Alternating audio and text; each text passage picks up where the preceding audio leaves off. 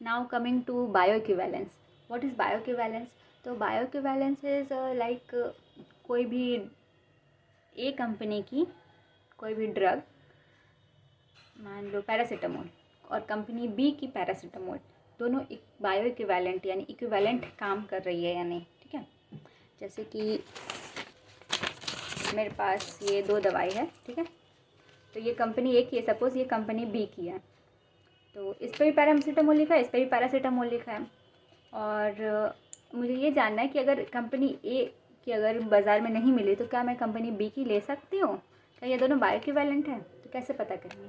तो अगर आप कंपनी ए की पैरासीटामोल ले रहे हैं, सपोज़ 100 mg, ये मैं कंसनट्रेशन जस्ट फॉर एग्जांपल बता रही हूँ, ऐसा नहीं 100 mg लिया जाता है, जस्ट फॉर एग्जांपल ये 100 mg का पैरासीटामोल अगर हम लोग लिए कंपनी ए का, ठीक है, और कुछ टाइम के बाद उसका प्लाज्मा कंसनट्रेशन चेक किए तो हमें मिला 50 mg हमारे ब्लड में, ठीक है।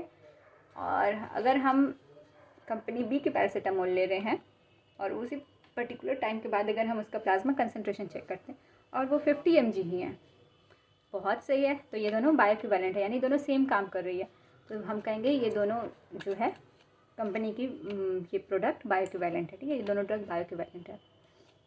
अब क्या है कि क्या एकदम 50-50 होना ही चाहिए बायो इक्विवेलेंट होने के लिए?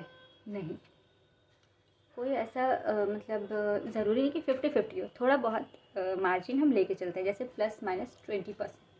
+-20% का मार्जिन लेके चलते हैं। अगर ये 50 है तो अगर ये 40 भी mg भी दे रही थी तो हम कहेंगे दोनों बायो इक्विवेलेंट है, या अगर ये 60 mg भी दे रही है तो भी बायो इक्विवेलेंट है कि भाई इससे 20% ही ज़्यादा है।